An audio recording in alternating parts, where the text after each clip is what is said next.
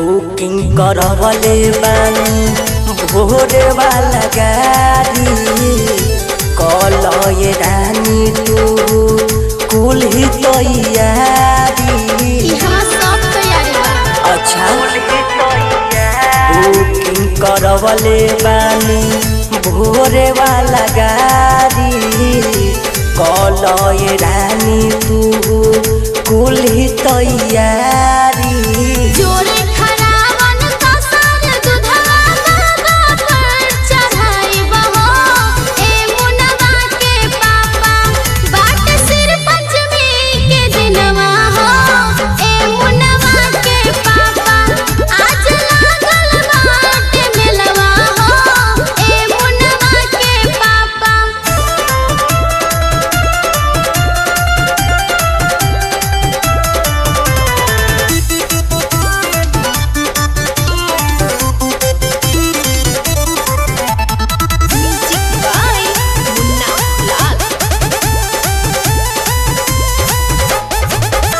उनके कृपा से भरल घरवाया गानावा चल करा दी धनी बाबा दर्शनावा।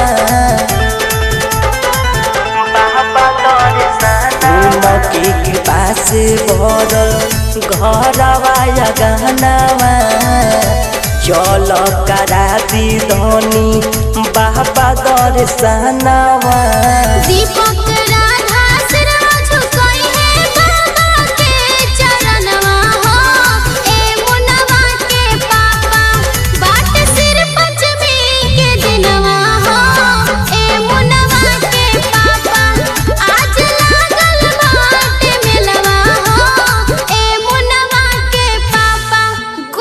Recording studio Vikram.